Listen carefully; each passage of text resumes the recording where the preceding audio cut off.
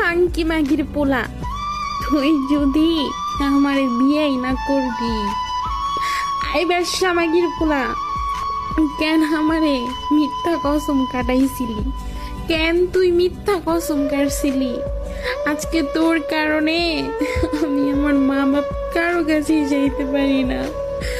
সুদানি মাগির পোলা, তুই তো বিয়ে করে আজকে একটা বাচ্চার বাপ হয়ে গেছ। আমি আমি তো তোর ভালোবাসায় অপবিত্র হইছি। বেশ মাগির